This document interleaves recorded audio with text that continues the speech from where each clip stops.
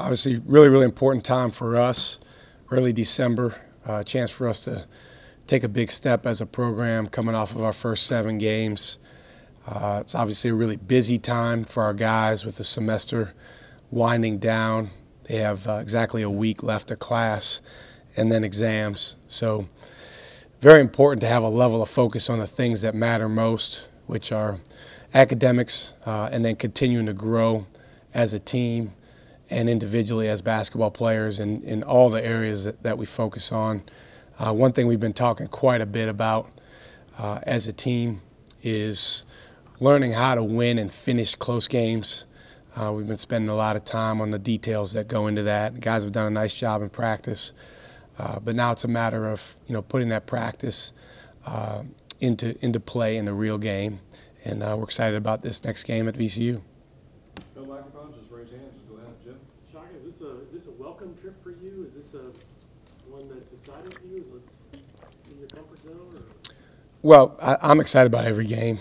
It's if you take out even the fact that some of us coach there, not just me, but a lot of other guys on the staff.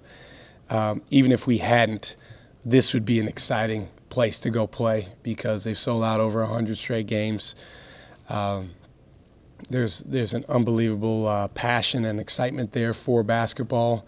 There's been great success there for the past 15 years plus in basketball. So I'm excited just for our guys to experience that. Now you add in the connections that we have there. It'll be just an interesting experience to be on the other side, on the visiting side in that arena.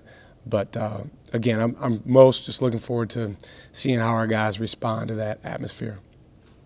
Matt was joking after the game the other night that are they going to boo you? Are they going to cheer you? I would imagine you have a hard time believing they boo you. I mean, I think that fan base, the respect they have for the game and for you, I would assume you think they probably wouldn't. Right? I think there'll be some of everything. You never know. But again, that falls under the category of things that you don't control as a coach.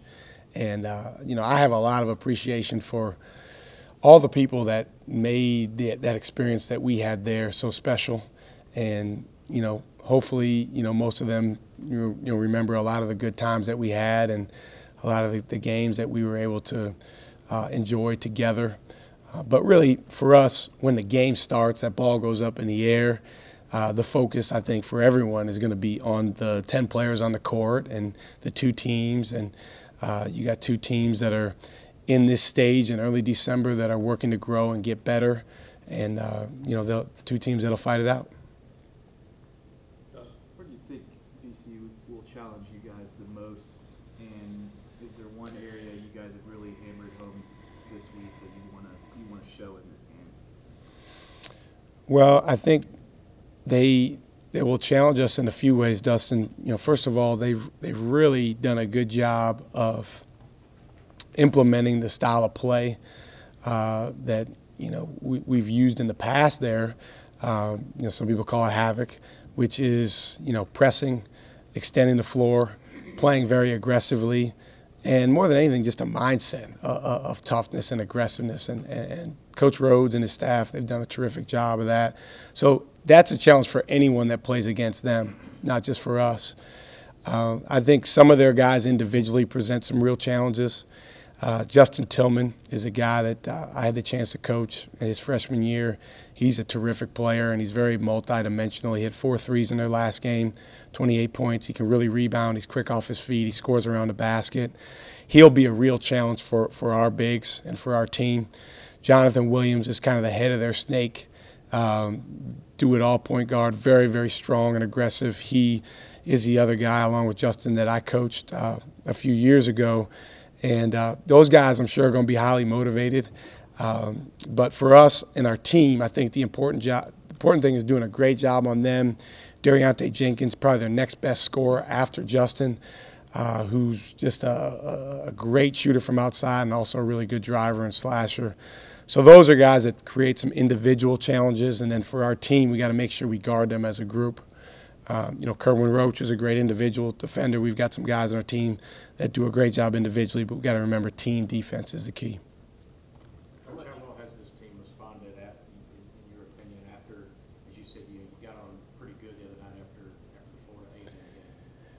I think our guys have practiced well. You know, we have to continue to grow in a lot of areas, and we're also trying to balance the fact that we want to spend a good amount of time in practice on shooting too, because that's an area where we need to obviously get a lot better. But I think our guys have practiced hard. We've done a lot of running. We've done a lot of getting up and down. You know, you never want to play or practice based on who your opponent is. You want to play or practice based on the standard that you have for yourself. And for us, we want to create that standard at a championship level.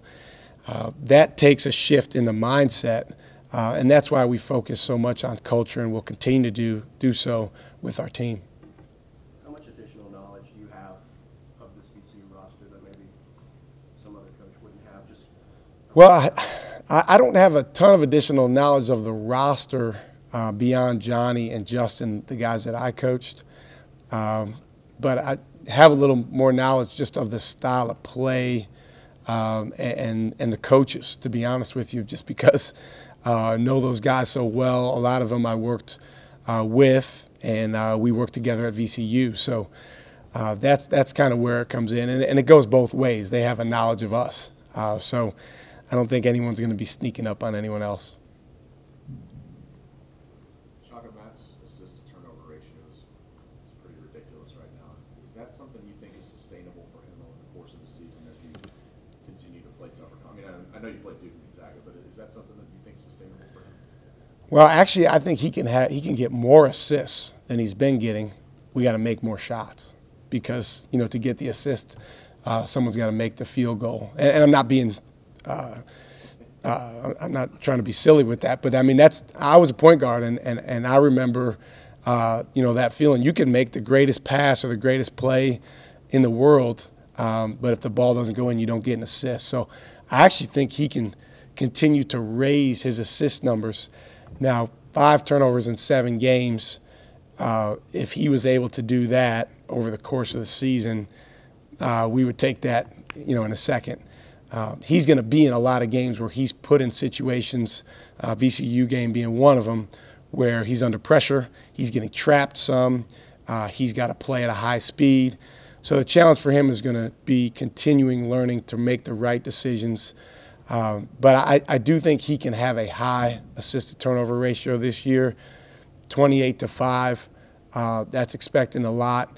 But I would love to see him be up there in the league leaders in the Big 12 in that stat. And on the turnovers, I assume it's not like he's playing too careful or not doing things you want him to do. I mean, that 5's pretty legit, right? I mean, Yeah, I think it's pretty legit in terms of how he's played. There's a lot of things he's got to keep getting better at, just like all of our other guys. There are certain passes that he could have made better or could have made differently. But I think he's doing a good job valuing the ball, knock on wood. That's going to be a huge key in this game with how VCU plays because they're going to try to come after him. And he's got to have poise and an understanding that as a freshman point guard, when you go in that building, people try to treat you a certain way. I remember it well. But I think he's got a lot of confidence, and hopefully that's something that he can keep improving on with making good decisions. You mentioned spending extra time on shooting. Have you guys done anything differently, or is it just a matter of more reps? Well, just trying to get a lot of shots, Dustin, and trying to make them as game-like as possible. You know, you can go in the gym and play horse, but that doesn't necessarily translate to the game. So we try to shoot balls with a contest. We try to obviously take shots on the move. We try to simulate, go back and look at the tape. Okay, what are the exact shots that a guy is getting, a Kerwin Roach is getting, or an Andrew Jones? All right, how can we simulate that exact shot in a shooting drill in practice as much as we can? And again, our practice numbers in terms of shooting percentage live has been much better than in the game. Now it's a matter of going and carrying it over. Sense any lack of confidence when shooting, like guys are reaching a point where you might worry that they're going to not or hesitate to take certain shots? Is it there yet? Well, no, I don't think so. I think, it's a fine line because there's the old-time coaches with the rule of pass it 10 times before you even look at the rim. That's not what we want. You know, we want our guys to play with aggressiveness, but at the same time, we want them to be cognizant of what can be effective against the opponent and what can be effective for us. So, for instance, getting the ball into the paint is very important for us because we feel like it puts pressure on the defense, it makes the defense converge, it gives us a better chance to get an offensive rebound, it creates more open shots. So when you have an open look from outside and you haven't touched the paint yet, that's a judgment call in terms of whether you take that or not. But our guys know that, you know, we believe in them, and the guys that are good shooters and really worked on their shooting, we want them to step in with confidence and shoot the ball. Do you like this portion of the year where the school starts to slow down, the basketball really starts to speed? I know you've mentioned it before, but this is where you can really harp culture and other important fixes. Well, it gives us more time. We're not at that point yet. Like I said, we got a week. The school goes a little bit later this year than normally in December. The last day of class is December 11th, a week from today, and then there's exams. So we've got some guys that won't be fully done with exams until right around the 20th. We've got some guys that'll be done the 11th. It's varied, but I do really like, you know, when their schedule opens up some, because that gives us more of an opportunity to do some extra individual workouts, watch quite a bit of extra tape, them to get some extra rest. It takes a stressor away. As our strength coach says, the body doesn't differentiate between different types of stressors. It views them all as the same. So it just takes one away and allows you to focus a little bit more on basketball. Certainly, VCU will have, you know, the motivation to beat you, but have you noticed, have your guys said anything to you about wanting to win this game before you? Well, we've tried to emphasize the opposite of that. We've tried to emphasize, you know, it's our first road game this year. It's a great opportunity. This is a team that will be that will compete to win their conference championship. This is a game, if we can go win, that would be meaningful for us. So we've tried to make it more about that.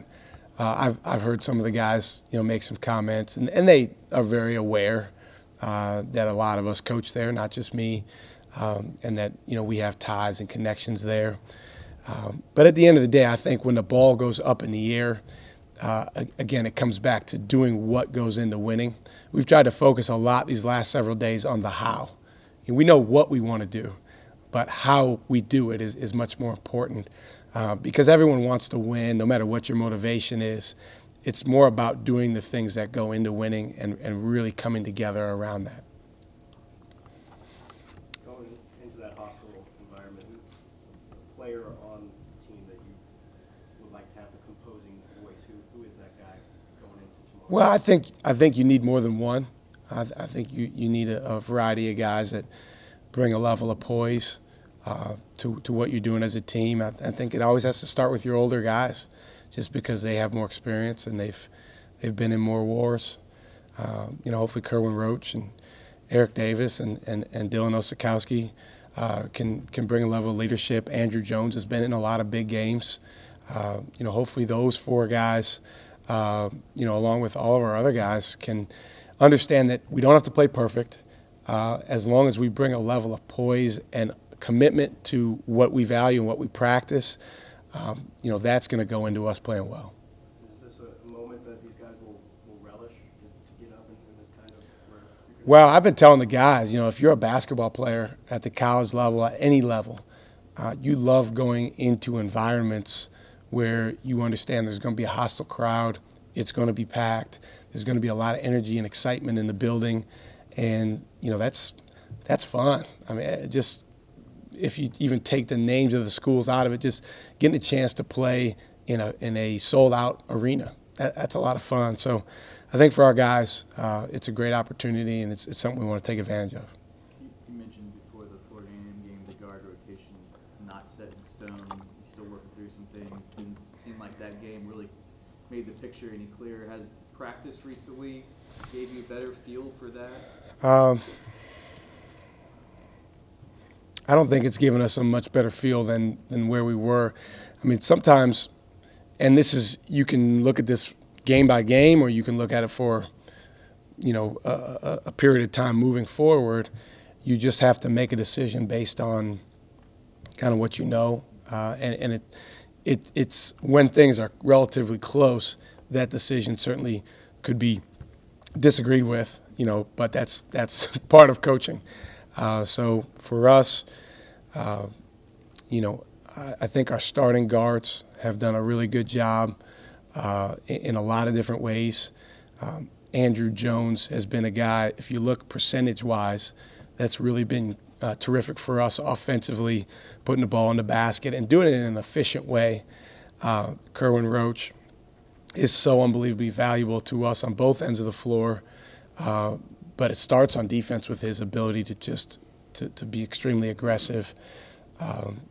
And Matt Coleman has given us, I think, a stability on offense. We mentioned the assist-to-turnover ratio. That's been really, really important for us. So those guys have done a nice job, but in addition to that, Jacob, Jace, and Eric are guys that we feel like can come in and contribute. In a game like this, especially when it's up and down, you'd love to be able to play some more guys that can come in and give you a shot in the arm when other guys get a little tired. So there's no one of those 6 guys that's, off the map. Those guys are all part of what we're doing, and every day in practice they compete with each other. Coach, just following that up a little bit, I believe Jacob Young's the only person on the team shooting above 40%. He's obviously doing a lot more point producing in the minutes he is getting. Can you just touch on the role you see for him going forward if he can continue producing like that? Yeah, Jacob, I think, has really made a lot of progress since his freshman year. And, again, he's in a situation where I mentioned some of the other guards are on our team. It's what he's doing is when he goes in the game and plays with those guys. And if he's not in the game, those guys are typically in the game. But I think he's gotten off to a good start. I think more than anything with Jacob, when he brings a competitive spirit to our team, which I thought he did the other night against FAMU, that really is beneficial to us. And so what I've encouraged him is just to continue to do that as much as he can. In terms of his role moving forward, the more solid he can get on the defensive end, the more he can continue to improve decision-making. And if he can shoot the percentage you're talking about, continue to do that, then his minutes definitely need to go up. On the offensive end, shooting's been the main issue, but you mentioned a couple weeks ago about fixing it. And how do you think the team has improved in that regard? Well, fix it's a defensive term for us, yeah. I think we've gotten better at that. That'll be a big key in this game, just because there'll be a lot of situations where it's in transition or coming out of a trap, coming out of a broken play situation in full court where we have to fix it. We've got to sprint back, get matched up, allow no open shots. VCU's a team. They've got some guys that can hurt you. They can really hurt you if you don't. So it's not even so much about finding your man. It's about making sure that there's 5 of us and there's 5 of them, and we get matched up. I think the guys have made progress with that. We've got to keep getting better at that. That's typically an early in the year area that always needs to get better. Got time for 2 last ones? And then we've seen Ryan and Joe get playing time, but is there any reason that Isaiah hasn't gotten in those last-minute situations? Yeah, we're going to redshirt him this year. I wonder how long it would take for someone to ask that. He's in a situation where if he doesn't play this year, he's a senior, but if he doesn't play this year, he can graduate and go play somewhere else next year. So that's why we haven't put him in the game. He'll be with us, everywhere we go. He can travel on the road. He can practice, do all the things he does. But if we were to put him into the game, then that would burn that year of eligibility for him. And he really is committed to, playing another year, at a level where he can get more playing time, which, I'm fully supportive of that. So that's why he hasn't gone in. You mentioned practicing at y'all standard and not as it relates to the opponent. Have you seen any guys that are becoming more vocal about that, or either through their actions or through words, that guys are trying to embrace that a little bit more? Yeah, I would say the guys that have done the best job speaking up about embracing that have been Dylan and Snoop. those guys, they want practice to go really well. They understand that we're practicing to make Texas the best it can be. And, you know, I think our other guys that are not freshmen have also made progress in that area, may not be as consistent as those two. And then the freshmen, those guys just don't, they don't know any better yet. And we're aggressively trying to move them forward because for some of them, just because they're freshmen, that doesn't mean they're not main key guys on our team. So they need to continue to grow and learn the stuff that goes into winning, even if it's not on a game day.